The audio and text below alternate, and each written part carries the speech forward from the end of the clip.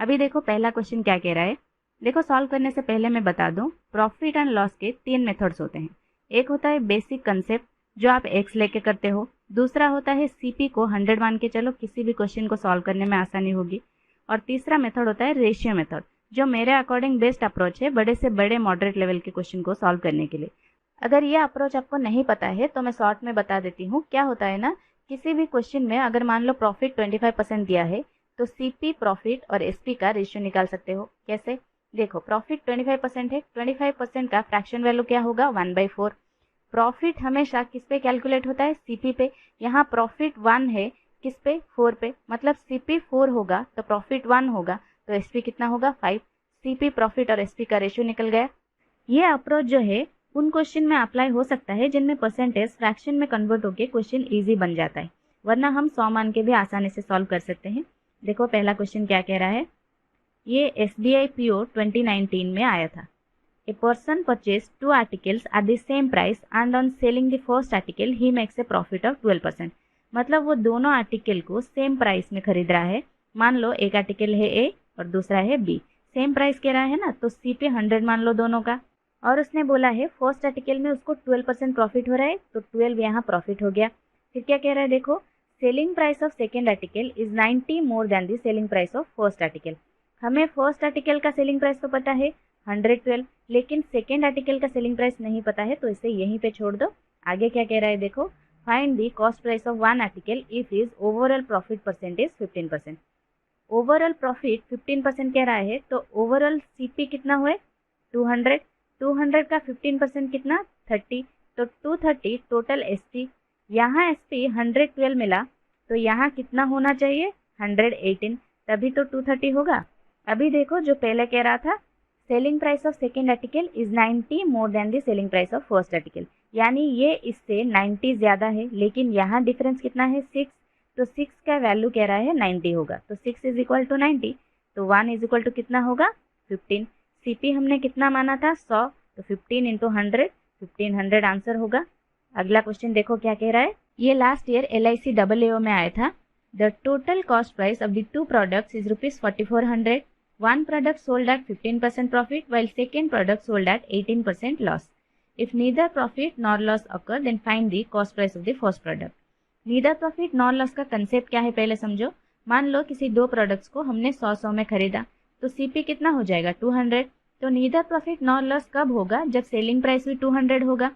तो एसपी भी 200 कब होगा, प्रॉफिट किसी चीज में जितना हो रहा है दूसरे चीज में लॉस भी उतना ही होना चाहिए।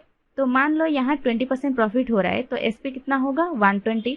यहाँ भी लॉस 20% होना चाहिए, तभी एसपी 80 होके टोटल एसपी 200 होगा ना।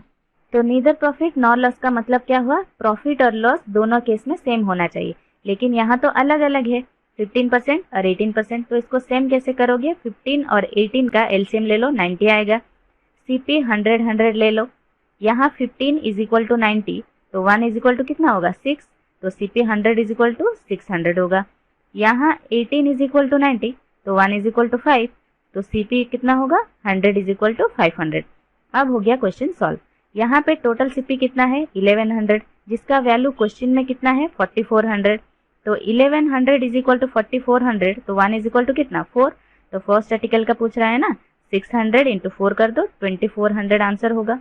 नेक्स्ट क्वेश्चन देखो क्या कह रहा है, ये RRB PO 2019 में आया था। कह रहा है when a person sold an article his profit percentage 60% of the selling price. If the cost price is increased by 75% and the selling price remains the same, then find the decrement in the profit is what percent of the selling price of the article. यहाँ selling price को 100 मान लो, profit कितना बोला है 60%, तो profit 60 हो गया, तो सीपी कितना होगा 40। अब बोल रहा है सीपी 75% इंक्रीज हो रहा है, 75% मतलब 3/4, 40 का 3/4 कितना होगा 30, तो सीपी कितना हो गया 70।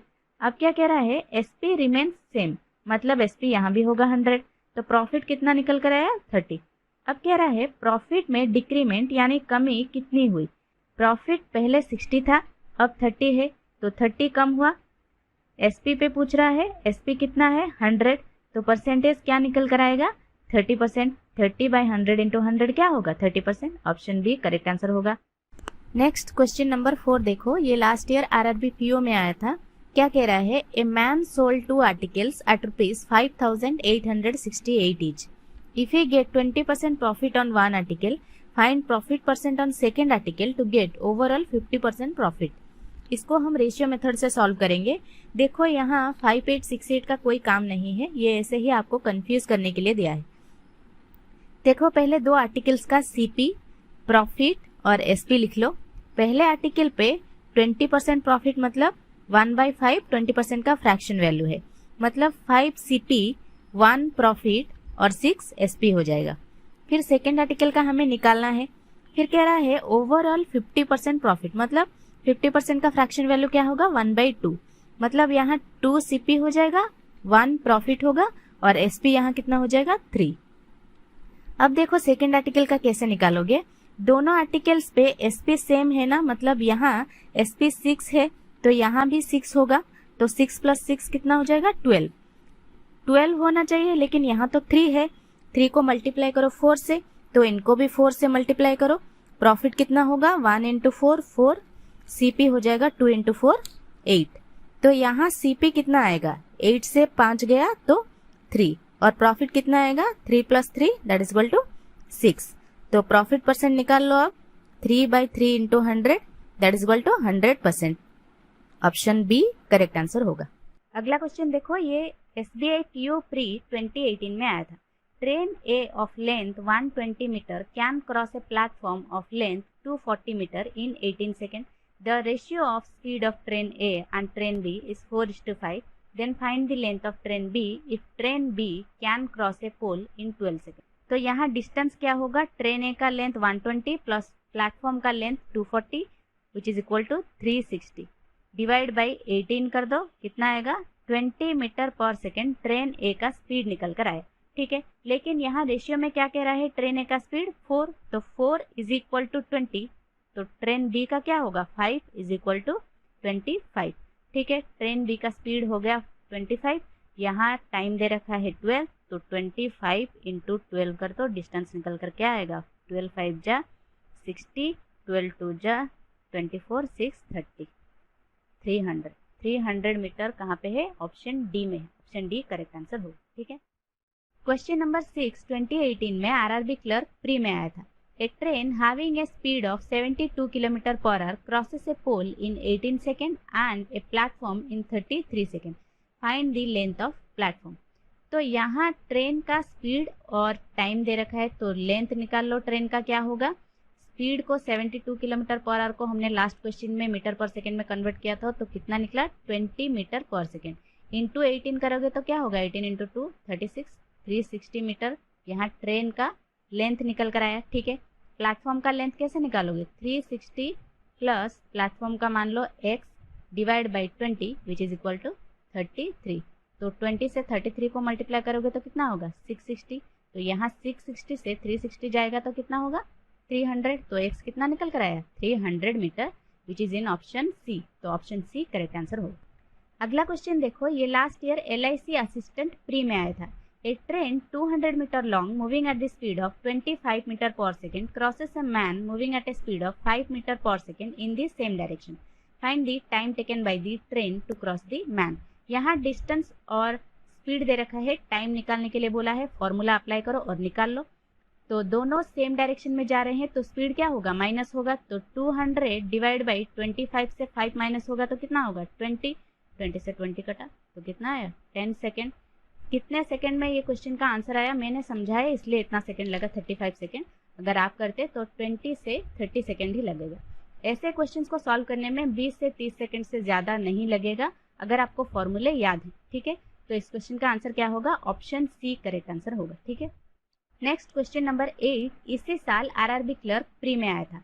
ए train running at the speed of 72 km/h crosses a pole in 30 seconds. Find the time taken by the same train to cross the pole with the speed of 54 km/h in second.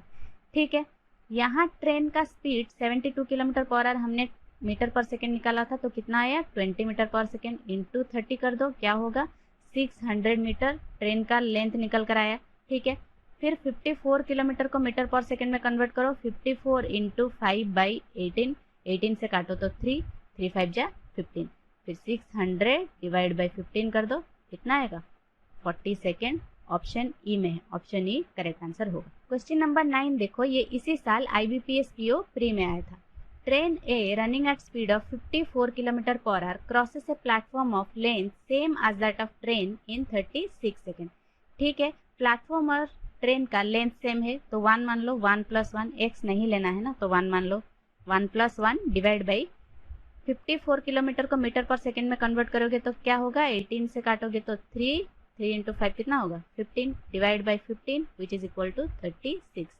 ठीक है, तो 2 is equal to कितना आया 15 × 36। 1 is equal to कितना होगा, 2 से काटोगे तो 18, 15 × 18, 18 5 जा 90, 18 1 9 27, 270 मीटर निकल कर आया लेंथ। ठीक है, ट्रेन मान लो या प्लेटफॉर्म का किसी का भी लेंथ सेम है। ठीक है, फिर कह रहा है if train B which is 230 metre long crosses the same platform in 25 second then find speed of train B. Platform का निकल कर आया कितना 270 मीटर, इसका कितना है ट्रेन बी का 230, दोनों का मिला के कितना हुआ 500 डिवाइड बाई कितना सेकेंड बोल रहा है 25, तो कितना होगा 20 मीटर पर सेकेंड। क्या कह रहा है किलोमीटर पर आवर में निकालने के लिए बोल रहा है, तो क्या करेंगे हम 18/5 से मल्टीप्लाई कर देंगे, 5 से काटोगे तो 4, 4 × 18 कितना होगा 72 किलोमीटर पर आवर। ठीक है, ऑप्शन बी करेक्ट आंसर होगा।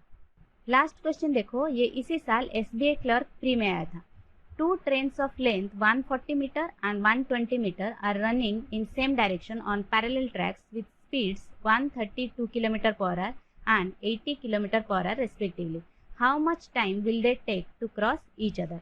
ठीक है, सेम डायरेक्शन में जा रहे हैं तो दोनों का लेंथ कितना है 140, 120 कितना होगा 260 डिवाइड बाई स्पीड क्या होगा -132 से 80 जाएगा तो कितना होगा 52 किलोमीटर पर आवर कह रहा है, तो इसको मीटर पर सेकेंड में कन्वर्ट करोगे तो क्या होगा 5/18, 18 को ऊपर ले जाओ इंटू 18 कर दो, तो यहाँ 5 से काटोगे तो 5 5 जा 25, 5 2 जा 10, 52 से 52 कट गया, कितना आंसर निकल कर आया 18 second. Option B correct answer होगा। ठीक है,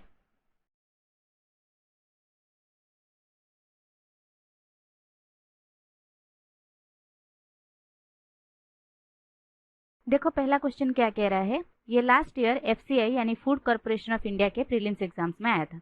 A alone work for 6 days then left the work and B alone finished remaining work in 12 days. If ratio of time taken by A alone to B alone to finish the work is 3:2, find the time taken by B alone to do the work. यहाँ time का ratio दिया है यानी days का, तो days का लिख लो, A का 3, B का 2।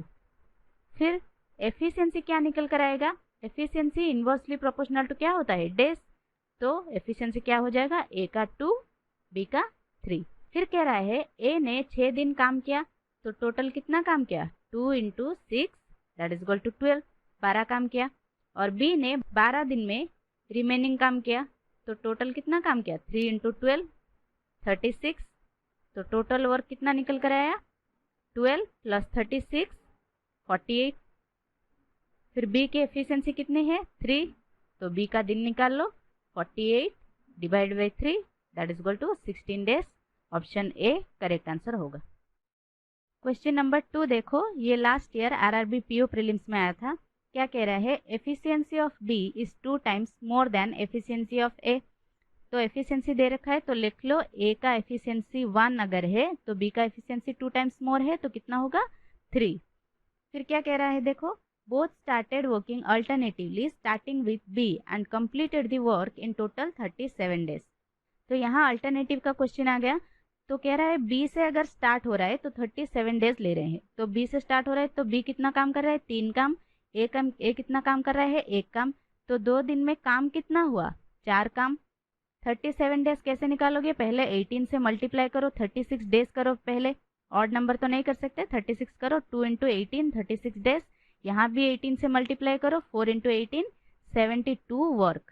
फिर एक दिन जो रहा वो काम कौन करेगा, B से शुरू हो रहा है तो B करेगा, तो यहाँ काम कितना हो गया 75, 37 डेज भी हो गया, तो टोटल वर्क कितना आया 75।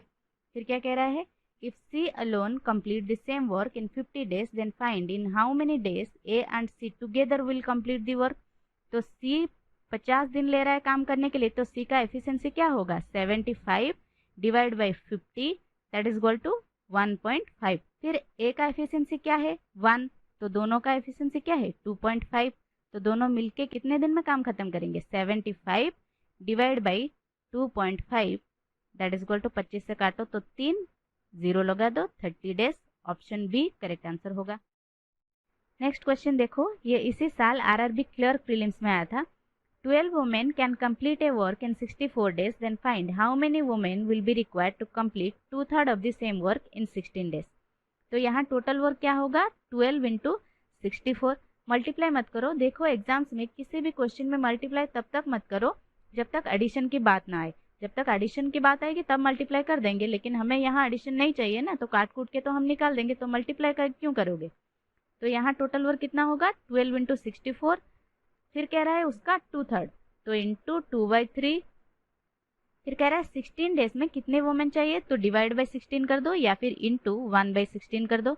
16 से काटो तो 4, 3 से काटो तो 4, 4 into 4 16 into 2 that is equal to 32 women की जरूरत है, तो ऑप्शन सी करेक्ट आंसर होगा। ठीक है, क्वेश्चन नंबर 4 देखो, ये इसी साल एसबीआई क्लर्क प्री में आया था।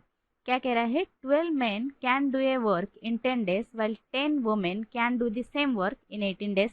यहाँ से मेन और वुमेन की रेशियो निकाल लो। देखो पेन और पेपर की कोई ज़रूरत ही नहीं है, यहाँ से 10 और 10 तो ऐसे ही कट जाएंगे। 6 से काटो तो 2, यहाँ 6 से काटो तो 3, तो 2 men is equal to 3 women आ गया। आगे क्या कह रहा है देखो, in how many days 4 men and 6 women together can do the same work. तो टोटल वर्क कहीं से भी निकाल लो, 12 men इंटू 10 डेज कर दो या 10 women इंटू 18 डेज कर दो, एक ही बात है। तो 12 इंटू 10, यहाँ टोटल वर्क कितना आया 12 इंटू 10। इसको मत मल्टीप्लाई करो, अभी देखो क्या कह रहा है 4 men और 6 women कह रहा है ना, तो 6 women कितना होगा, अगर 3 women 2 men है तो 6 women कितना होगा 4 men, तो 4 men प्लस 4 men कितना होगा 8 men। 12 इंटू 10 डिवाइड बाई 8 कर दो तो कितना आएगा, 4 से काटो तो 2, 4 से काटो तो 3, यहाँ से 2 से काटो 5, 3 into 5 15 days. 15 days correct answer होगा, option number D. Next question देखो, ये आया था आईबीपीएस पीओ प्रीलिम्स 2020 यानी इसी साल में आया था। A is 40% more efficient than B and both together can complete a work in 10 days. तो एफिशिएंसी दे रखा है 40% मतलब 2/5, तो अगर बी की एफिशिएंसी 5 है तो ए 2 ज़्यादा है तो कितना होगा 7, दोनों का एफिशिएंसी मिलके कितना होगा 12। क्या कह रहा है दोनों टुगेदर कर रहे हैं 10 डेज, तो कितना काम करेंगे, टोटल वर्क कितना आएगा 12 into 10 that is equal to 120। Total work यहाँ निकल कर आया 120। फिर क्या कह रहा है देखो, if A work for first 5 days alone and remaining work completed by B.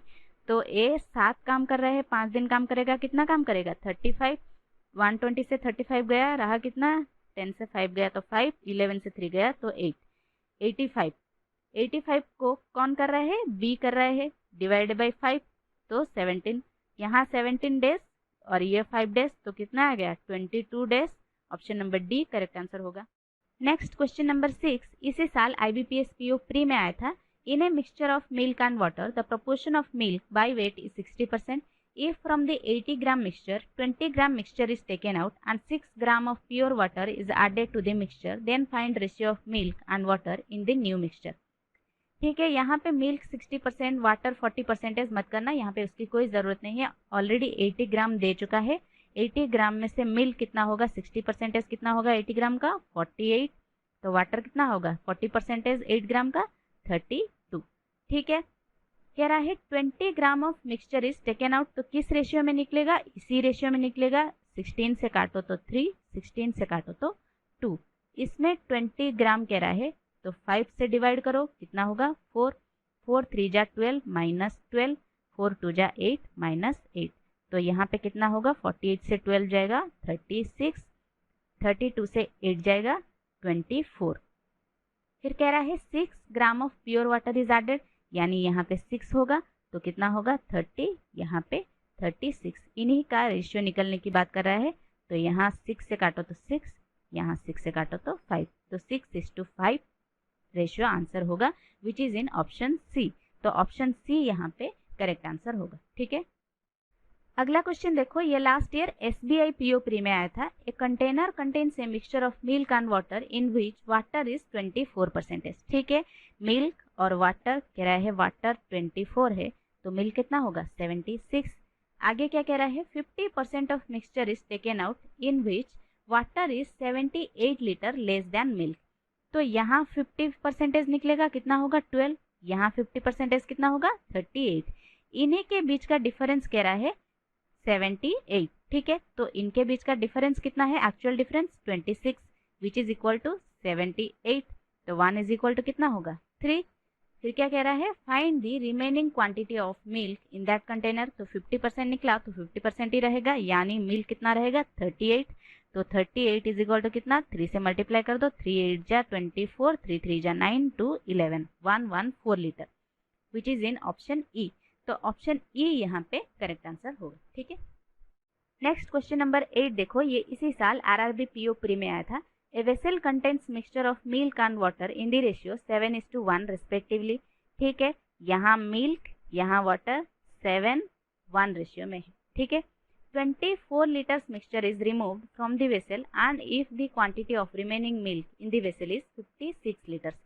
24 litre जो है किस रेशियो में निकलेगा, ये 7:1, यानी डिवाइड बाई 8 करो, कितना आएगा 3। तो 3 7 जा 21, 3 1 जा 3। ठीक है, फिर क्या कह रहा है, 24 litre mixture is removed then remaining milk in the vessel is 56। तो यहाँ रिमेनिंग मिल्क कितना होगा 7x minus 21 is equal to 56। तो 7x कितना होगा, 56 से 21 ऐड करोगे तो 77। तो x कितना निकल कर आएगा 11 लीटर्स। क्या कह रहा है, then find quantity of water in the vessel. तो वाटर यहाँ कितना है 1 which is equal to x। तो x कितना निकल कर आया 11 litres which is in option A. तो ऑप्शन ए यहाँ पे करेक्ट आंसर होगा। ठीक है, क्वेश्चन नंबर 9 इसी साल RRB क्लर्क प्री में आया था। A vessel contains mixture of milk and water in the ratio 3:1 respectively. ठीक है, मिल्क और वाटर 3:1। ठीक है, फिर कह रहा है if 20 litre of mixture is taken out from the vessel, now the difference between milk and water in the remaining mixture is 70 litres, then find initial mixture in the vessel in litres. ये भी last question की तरह है, यहाँ पे 20 litre निकालने की बात कर रहा है तो किस रेशियो में निकलेगा 3:1, डिवाइड बाई 4 करो विच इज इक्वल टू 5। तो 5 इंटू 3 कितना होगा 15, 5 इंटू 1 5।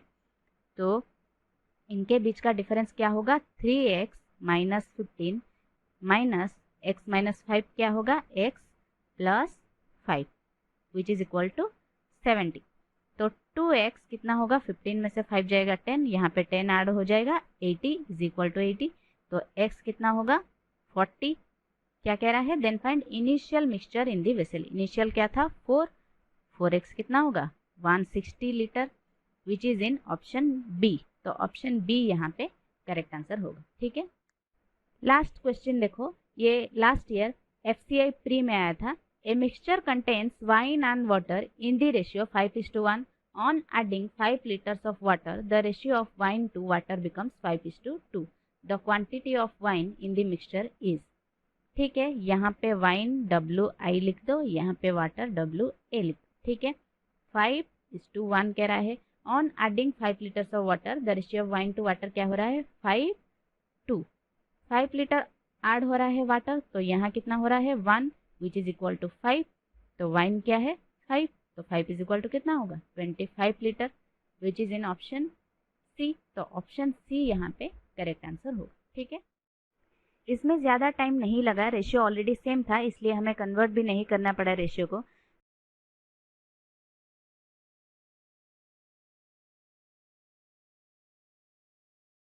पहला क्वेश्चन देखो क्या कह रहा है, ये लास्ट ईयर LIC AAO में आया था। A boat which sails at 10 km per hour in still water starts chasing in upstream direction from 10 km behind. Another one which can sail at 4 km per hour in upstream direction. After how many hours it will catch up if the stream is flowing at 2 km per hour? ये question थोड़ा बहुत train problem से related है। कैसे, दो boat travel कर रहे हैं सेम डायरेक्शन में। हालांकि हम ट्रेन की प्रॉब्लम्स अगले सेशन में डिस्कस करेंगे, पर आप सबको पता होगा ट्रेन के फॉर्मूले। सेम डायरेक्शन में स्पीड क्या होता है सब्ट्रैक्ट होता है रिलेटिव स्पीड निकालने के लिए। क्या निकालने के लिए रिलेटिव स्पीड। ठीक है, तो पहले स्पीड निकाल लो दोनों बोट्स का। पहले बोट का अपस्ट्रीम स्पीड क्या होगा, 10 माइनस 2। यहाँ कह रहा है a boat which sails at 10 kilometre per hour in still water, यानी बोट का स्पीड दे रखा है 10 किलोमीटर पर आवर, ठीक है। तो इसलिए हम 10 माइनस 2 करेंगे। फिर दूसरे बोट का अपस्ट्रीम स्पीड क्या होगा, 4 किलोमीटर पर आवर क्वेश्चन में दिया है। देखो यहाँ कह रहा है 4 किलोमीटर पर आवर इन अपस्ट्रीम डायरेक्शन में सेल कर रहा है, ठीक है। क्वेश्चन को समझने की कोशिश करो। यहाँ स्टिल वाटर दिया है तो बोट का स्पीड दिया है, यहाँ कह रहा है इन अपस्ट्रीम डायरेक्शन डायरेक्ट कह रहा है, तो इसलिए हम अपस्ट्रीम स्पीड 4 करेंगे, ठीक है। अब इनको कर दो माइनस, 8 से 4 गया तो 4, इनका रिलेटिव स्पीड निकल कर आया। फिर कह रहा है फ्रॉम 10 किलोमीटर बिहाइंड, मतलब डिस्टेंस 10 किलोमीटर होगा। तो after how many hours it will catch up, तो 10 डिवाइड बाई 4 कर दो, that is equal to 2.5 hour. Option D correct answer होगा। नेक्स्ट क्वेश्चन देखो, ये इसी साल SBI क्लर्क प्री में आया था।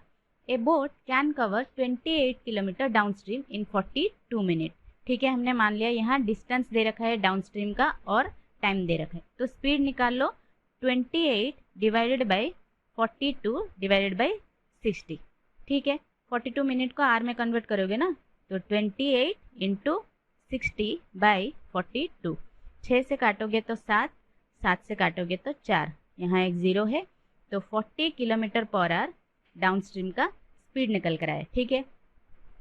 आगे कह रहा है ratio of speed of boat in still water to speed of stream is 7:3, ठीक है। तो यहाँ डाउन स्ट्रीम स्पीड क्या आएगा, 10 यूनिट का वैल्यू हमारा कितना निकला, 40 किलोमीटर पर आवर, तो 1 यूनिट कितना होगा, 4 किलोमीटर पर आवर। 7 यूनिट क्या होगा, 28 किलोमीटर पर आवर, और 3 यूनिट क्या होगा, 12 किलोमीटर पर आवर, ठीक है। फिर क्या कह रहा है, find difference between time taken by boat to cover 60 kilometre downstream and 40 kilometre of stream, ठीक है। देखो हमेशा अपस्ट्रीम का टाइम जो है वो ज़्यादा होता है डाउनस्ट्रीम के टाइम से, ठीक है। तो यहाँ 40 डिवाइडेड बाई 16 होगा, 28 से 12 जाएगा तो कितना होगा 16, माइनस 60 डिवाइडेड बाई 40 तो कितना होगा, 16 से काटोगे तो 16 2 जा 32, 16 5 जा 80, 2.5 माइनस यहाँ 40 से 60 को काटोगे तो 1.5, तो 2.5 से 1.5 गया तो 1 आवर। ऑप्शन ई में है, ऑप्शन ई करेक्ट आंसर होगा, ठीक है। नेक्स्ट क्वेश्चन नंबर 3 देखो, ये last year SBI PO pre में आया था। Ratio of speed of boat in still water to speed of current is 10:1। Ratio of time taken by boat to cover D kilometre in downstream to the time taken by boat to cover D minus 45 kilometre in upstream is 3:2। Then find the value of D, ठीक है। तो यहाँ हमें 2 ratio दे रखा है, तो किसी एक को x मान लो, आंसर निकल जाएगा, ठीक है। तो यहाँ हम टाइम को x मान लेते हैं। तो कह रहा है D किलोमीटर डाउन स्ट्रीम है, तो डाउन स्ट्रीम का स्पीड क्या होगा 11, यहाँ टाइम कितना दे रखा है 3, तो 3x कर दो, D by 11 is equal to 3x, ठीक है। फिर कह रहा है D minus 45 kilometre of stream, तो D minus 45 of stream speed कितना होगा 10 minus 1, 9 divided by 9 is equal to कितना होगा, यहाँ टाइम कितना दे रखा है तो 2 इज इक्वल टू 2x, ठीक है। तो यहाँ D कितना निकल कर आएगा 33x, तो 33x यहाँ प्लेस कर दो, 33x minus 45 that is equal to 18x, ठीक है। 33 से 18 गया तो कितना होगा 15x is equal to 45, x is equal to कितना होगा 3। तो D का वैल्यू पूछ रहा है ना, तो D निकाल लो, 33x 3 से 33 को मल्टीप्लाई करोगे तो कितना आएगा 99 kilometre. Option C correct answer. अगला क्वेश्चन देखो, ये इसी साल IBPS PO प्री में आया था।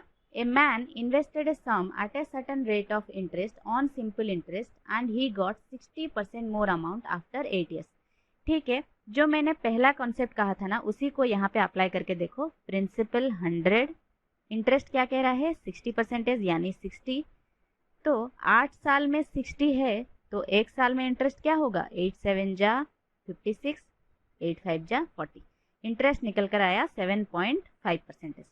आगे क्या कह रहा है देखो, if he invest ₹9600 at the same rate of interest on SI then find total interest he would get after 4 years, ठीक है। तो इंटरेस्ट 7.5% है, 4 साल के लिए कितना होगा? 7 4 जा 28, 5 4 जा 20 यानी 230% इंटरेस्ट निकल कर आया 4 साल के लिए। ठीक है, इसी को 9600 से मल्टीप्लाई कर दो, 00 काट दो, 3 6 जा 18, 3 9 जा 27, 1 28, 2880 which is in option B. तो ऑप्शन बी यहाँ पे करेक्ट आंसर होगा। ठीक है, नेक्स्ट क्वेश्चन, इसी साल एसबीआई क्लर्क प्री में आया था। ₹6000 when invested at a certain rate at SI for 2 years it fetches ₹1200। ठीक है, तो यहाँ भी वही कॉन्सेप्ट अप्लाई करो। SI क्या है? 2R, टाइम 2 है, रेट परसेंटेज हमें नहीं पता है इसलिए 2R। 2R is equal to कितना है? 1200। तो R कितना निकल कर आया? 600। तो 600 जो है 6000 का कितना परसेंटेज है? 10% है। तो यहाँ रेट निकल कर कितना आया? 10%। ठीक है, फिर आगे क्या कह रहा है? If same sum is invested at same rate for a year compounded half yearly then find compound interest. तो रेट परसेंटेज कितना होगा? हैप्पीली होगा तो 5%। टाइम कितना होगा? फॉर ए ईयर कह रहा है, इंटू 2 कर दो, 2 ईयर्स। प्रिंसिपल कितना है? 6000। तो पहले फर्स्ट ईयर का निकाल लो, कितना होगा? 5% 6000 का 300। दूसरे साल भी कितना होगा? 300। फिर 300 का 5% यहाँ पे कितना होगा? 15। तो इनको मिला दो, कितना होगा? 615 विच is in option A. Option A correct answer होगा। ठीक है, नेक्स्ट क्वेश्चन देखो, ये last year IBPS clerk pre में आया था। A man received ₹3456 when he invested ₹P at 12% per annum at SI for 3 years। ठीक है, 12% 3 ईयर्स के लिए इंटरेस्ट क्या होगा? 36। इसी का वैल्यू क्वेश्चन में क्या है? 3 4 5 6। तो 6 से काटो तो 6, 6 से काटो तो 6 5 जा 30, 6 7 जा 42, 6 6 जा 36। ठीक है, फिर यहाँ 6 से काटो तो 6 9 जा 54, 6 6 जा 36। 100 कितना निकल कर आया? 9600। ठीक है, आगे क्या कह रहा है? If he invested ₹P plus 4400 at 15% per annum at CI compounding annually for 2 years then find the interest received by him।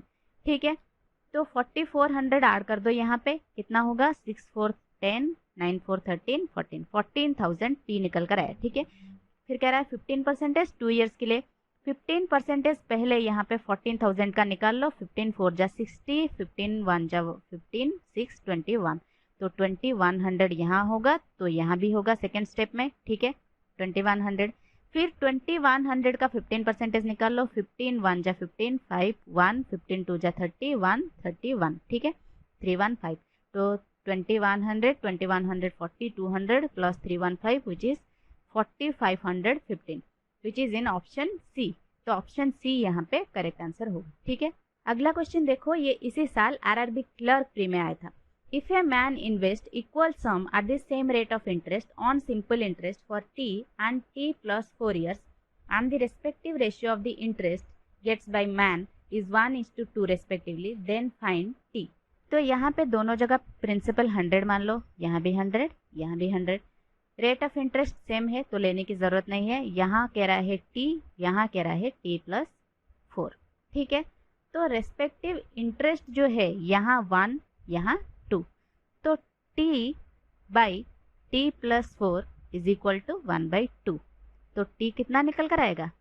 4 which is in option D. तो ऑप्शन डी यहाँ पे करेक्ट आंसर होगा।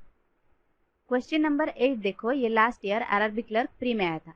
At what rate will a sum of ₹1000 amounts to ₹1100 2.50 in 2 years at compound interest। ठीक है, इसको भी आप option से पिक करके चलो, आसानी से सॉल्व हो जाएगा। ठीक है, तो यहाँ CI कितना निकल कर आएगा?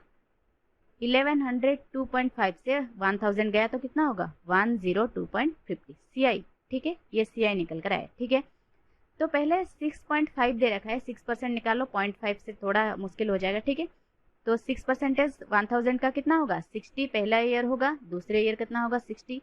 2 साल में अगर हमने नहीं भी निकाला इंटरेस्ट पे इंटरेस्ट तब भी 120 निकल रहा है हमारा, तो यहाँ 102.5 है, तो 6% नहीं होगा, ऑब्वियसली क्या होगा? 5% होगा। फिर भी निकाल के देख लो, पहले साल का 50, दूसरे साल का 50, 50 पे 5% कितना होगा? 2.5 निकल कर आया 102.5, यानी ऑप्शन बी करेक्ट आंसर होगा। ठीक है, question number 9 last year FCI में आया था। Difference between CI and SI on a sum for 2 years at 20% per annum is 240. Find simple interest on the sum after 2 years at 10% per annum. ठीक है, principal मान लो यहाँ 100 है. ठीक है, CI 20% में 2 years के लिए क्या होगा 44%. SI 20% में 2 years के लिए क्या होगा 40%. इनके बीच का डिफरेंस कितना है 4%. क्वेश्चन में क्या कह रहा है 240. तो 4 is equal to 240. 100 is equal to कितना होगा 6000. 2 years 10% के लिए इसी में निकालना होगा. तो 2 years 10% के लिए कितना होगा 20%. 20% 6000 का कितना होगा 1200, which is in option E. Last question देखो, ये आरआरबी क्लर्क प्री 2019 में आया था. A boat covers 36 kilometre in upstream in 2 hours and 66 kilometre in downstream in 3 hours. Find the speed of boat in still water.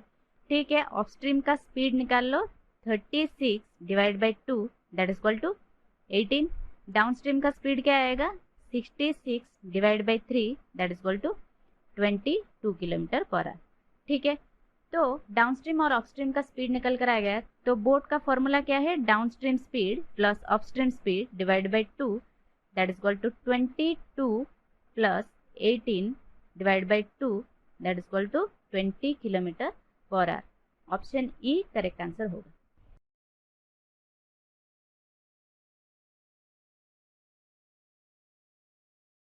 ये है percentage के fraction values जिसका आप एक स्क्रीनशॉट ले सकते हो. बिना एक्स लिए परसेंटेज के क्वेश्चंस को 100 लेके कैसे इजीली सॉल्व कर सकते हैं, आइए चलिए देखते हैं इस छोटे से एग्जांपल से. कह रहा है fresh fruit contains 75% while dry fruit contains 20% water. If the weight of dry fruit is 300 kg, what was its total weight when it was fresh? ठीक है, ऐसे क्वेश्चन को सॉल्व कैसे करोगे देखो, यहाँ फ्रेश फ्रूट यहाँ ड्राई फ्रूट लिख लो. परसेंटेज ले रहे हैं ना, तो ये भी 100 ये भी 100.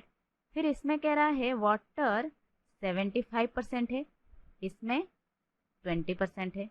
इसमें वाटर 75 है तो पल्प कितना होगा 25%. इसमें पल्प कितना होगा 80%. फिर कह रहा है ड्राई फ्रूट का वेट 300 kg, यानी यहाँ 100% इज इक्वल टू 300 kg. तो पल्प निकाल लो 80% 300 kg का कितना होगा 240 kg पल्प है. देखो जो भी फ्रूट्स होते हैं ना वो ड्राई होने के बाद पानी कम हो जाता है या सूख जाता है, लेकिन पल्प सेम रहता है हमेशा. इतना याद रखना है आपको. ठीक है, तो यहाँ पल्प कितना है 25%. तो 25% इज इक्वल टू 240 ही होगा. 100% कितना होगा यहाँ इंटू 4 है तो यहाँ भी इंटू 4 करो. 4 4 जा 16, 4 2 जा 8, 9, 960 kg. 960 kg फ्रेश फ्रूट निकल कर आया. ठीक है, ऐसे ही 100 लेके हर क्वेश्चन को सॉल्व किया जा सकता है अगर हमारा बेसिक कॉन्सेप्ट क्लियर. ठीक है, चलिए सेशन को शुरू करते हैं पहले क्वेश्चन से. ये क्वेश्चन देखो, ये last year IBPS clerk pre में आया था. In a class percentage of students who pass the exam is 60% and number of boys and girls who pass the exam is same. If boys who failed the exam are 200% more than girls who failed in exam, then find percentage of girls who failed out of total students. ठीक है, हम total students को कितना मानेंगे 100. ठीक है, तो past यहाँ पे कितने होंगे 60% कह रहा है तो 60. फेल्ड कितने हो जाएंगे 40.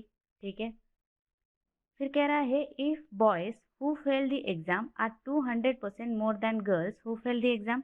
तो यहाँ बॉयज यहाँ गर्ल्स. गर्ल्स अगर 1 है तो बॉयज 200% मोर कितने होंगे 3. ठीक है, तो यहाँ 40 है तो यहाँ 10 कर दो, यहाँ 30 कर दो.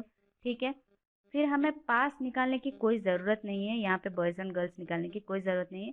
क्यों? क्योंकि हमें फेल के बारे में पूछ रहा है. ठीक है, percentage of girls who failed out of total students. तो यहाँ पे ऑलरेडी निकल चुका है परसेंटेज कितना 10. 10 100 का कितना होगा 10% है, विच इज इन ऑप्शन सी. तो ऑप्शन सी करेक्ट आंसर होगा. ठीक है,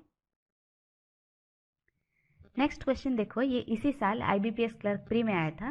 the population of a village is decrease by 10% in the first year and then increase by 20% in second year. Find the population of the village at the end of the second year if 2 years ago it was 15,000. ठीक है, या तो आप ऐसे कर सकते हो 15,000 into 90/100, 10% decrease हो रहा है, इंटू 120/100, 20% इंक्रीज हो रहा है। इसी को मल्टीप्लाई करके निकालो। ये बहुत टाइम टेकिंग होगा, इसको कैलकुलेट करोगे, 15 इंटू 9 करोगे, इंटू 12 करोगे, थोड़ा टाइम टेकिंग तो होगा ही। या फिर आप सक्सेसिव परसेंटेज का रूल अप्लाई करो, a+b+ab/100 का रूल, जो लास्ट सेशन में हमने पढ़ा था। -10 + 20 माइनस कितना होगा, 20 इंटू 10 कितना होगा, 200/100, 2, यानी 10 - 2 विच इज इक्वल टू 8%। 8% 15,000 का निकाल लो, कितना होगा, 8×5 = 40, 8×1 = 1, 4, 120, 1200। ठीक है, तो 15,000 में 1200 ऐड कर दो, कितना होगा, 16,200 which is in option B. तो ऑप्शन बी यहाँ पे करेक्ट आंसर होगा। ठीक है, अगला क्वेश्चन देखो, ये इसी साल आरआरबी पीओ प्री में आया था। There are 75% boys out of total students in a school and 39% of total students of the school went on a picnic. If 32% of the total boys went on a picnic, then find what percent of total girls went on a picnic. ठीक है, कह रहा है 75% boys हैं total students में से, यानी boys कितने हो जाएंगे 75, तो गर्ल्स कितने हो जाएंगे 25। ठीक है, आगे क्या कह रहा है, 39% of total students went on A picnic. ठीक है, तो यहाँ 39 गए पिकनिक पे। ठीक है, फिर कह रहा है if 32% of total boys went on A picnic, तो 32% 75 का निकालने से अच्छा है 75% 32 का निकाल लो। 75 का क्या होगा, 3/4 फ्रैक्शन वैल्यू इंटू 32, 4 से काटोगे तो 8, 8 3 जा 24, तो 24 बॉयज गए पिकनिक पे। तो गर्ल्स कितने जाएंगे, 39 से 24 माइनस करो, कितना होगा 15, 15 गर्ल्स पिकनिक पे गए। ठीक है, फिर कह रहा है what percent of total girls went on A picnic, तो 15 डिवाइड बाई टोटल गर्ल्स कितना है 25 इंटू 100, 25 से काटो तो 4, 15 इंटू 4 कितना होगा 60, 60% गर्ल्स जो हैं पिकनिक पे गए थे, तो विच इज इन ऑप्शन ए। तो ऑप्शन ए यहाँ पे करेक्ट आंसर होगा। ठीक है, नेक्स्ट क्वेश्चन देखो, ये लास्ट ईयर LIC AAO में आया था। A man deposit 10% of his salary in PF, PF यानी प्रोविडेंट फंड। ठीक है, तो 100 मान लो इसका टोटल सैलरी। ठीक है, 10% डिपॉजिट कर रहा है, तो बचेगा कितना 90। ठीक है, ही सेव्स 30% ऑफ द रिमेनिंग, यानी 90 का 30% कितना होगा 27। ठीक है, आगे क्या कह रहा है, the ratio of his expense on medicine and groceries is 3:4 of the remaining salary. तो 90 से 27 गया तो बचा कितना, 10 से 7 गया 3, 8 से 2 गया 6, 63। 63 को 3:4 से डिवाइड करो, यानी 7 से डिवाइड करो तो कितना होगा 9, 9 3 जा 27, 9 4 जा 36। ठीक है, आगे क्या कह रहा है, if his expense on medicine was 8100, तो मेडिसिन कितना है यहाँ 27, तो 27 is equal to 8100, find monthly salary. तो 100 कितना होगा 27 से काटो तो 3, 30,000 विच इज इन ऑप्शन डी। तो ऑप्शन डी यहाँ पे करेक्ट आंसर होगा। ठीक है, नेक्स्ट क्वेश्चन देखो, ये IBPS क्लर्क प्री 2018 में आया था। A man invested 15% of his monthly income in LIC, तो टोटल इनकम मान लो 100, 15 माइनस कर दो, LIC में गया, बचा कितना 85। ठीक है, and remaining gave to his mother, यानी 85 जो है यहाँ पे उसने अपने माँ को दे दी। ठीक है, mother spend 10% of it in house hold expenses, यानी 10% कितना होगा 8.5, 8.5 माइनस कर दो, कितना होगा 10 में से 5 गया तो 5, 14 में से 8 गया 6, यहाँ पे 7, 76.5 बचा। कह रहा है and she had left with 30,600, इसी का वैल्यू 30,600 कह रहा है, तो 100 कितना होगा 30600 डिवाइड बाई 765। देखो 7 को 5 से मल्टीप्लाई करोगे तो कितना होगा 35 निकल आएगा, यहाँ तो हमें 30 चाहिए तो 4 होगा ऑब्वियसली, तो कितना आएगा 40,000 which is an option E. तो ऑप्शन ई यहाँ पे करेक्ट आंसर होगा। ठीक है, नेक्स्ट क्वेश्चन नंबर 6 देखो, ये last year RRB clerk pre में आया था। क्या कह रहा है, A is 6 years younger than B and ratio of present age of B to C is 12:5. If ratio of present age of A to C is 2:1, then find present age of B. तो A, B और C का ratio निकाल लो पहले, A, C और B। C को हमने बीच में क्यों रखा, क्योंकि यहाँ C कॉमन है। ठीक है, तो A और C का रेशियो कितना है 2:1, फिर B/C कितना है 12:5, यहाँ 12, यहाँ 5, तो यहाँ 5 इंटू 2 10, 5 इंटू 1 5, 12 इंटू 1 12। ए, बी और सी का रेशियो निकल गया। फिर कह रहा है A is 6 years younger than B, तो यहाँ डिफरेंस कितना है 2। क्वेश्चन में क्या कह रहा है 6, 2 is equal to 6, 1 is equal to 3, 12 कितना होगा, बी का रेशियो कितना है 12, तो 12 is equal to 36 years. Option B correct answer होगा। फिर क्वेश्चन नंबर 7 देखो, ये last year IBPS PO pre में आया था। कह रहा है ratio of ages of A and B 4 years ago was 5:3. Sum of present age of A, B and C is 80 years. If present age of C is equal to the sum of present age of A and B, find present age of A. तो present as of ए और B क्या होगा, 5 3 दे रखा है ना, तो 8x plus 8 4 years कह रहा है ना, तो दोनों का कितना होगा 8। फिर सी का कितना है, सॉम है उनका, तो 8x प्लस 8, ठीक है, इज इक्वल टू कितना आएगा 80। तो यहाँ 16x इज इक्वल टू 80 से यहाँ 16 माइनस करोगे तो कितना होगा 64, x कितना निकल कर आएगा 4।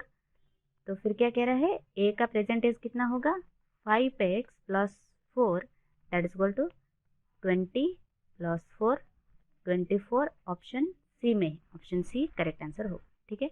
नेक्स्ट क्वेश्चन देखो, ये last year IBPS clerk pre में आया था।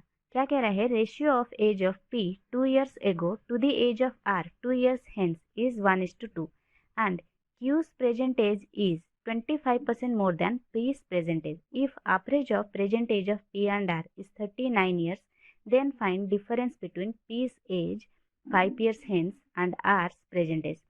तो हमें P और R का निकालना है, तो यहाँ एवरेज दे रखा है 39, तो टोटल कितना होगा 2 कर दो इंटू 2 78, ठीक है। ये जो लाइन है ना Q's present age is 25% more than P's present age, इसकी कोई ज़रूरत नहीं है। देखो ये लाइन सिर्फ आपका टाइम वेस्ट करने के लिए दे रखा है। Q के बारे में हमें कोई इन्फॉर्मेशन नहीं मांगी गई है, हमें सिर्फ P और R के बारे में मांगी गई है। तो P और R का टोटल निकल लिया 78।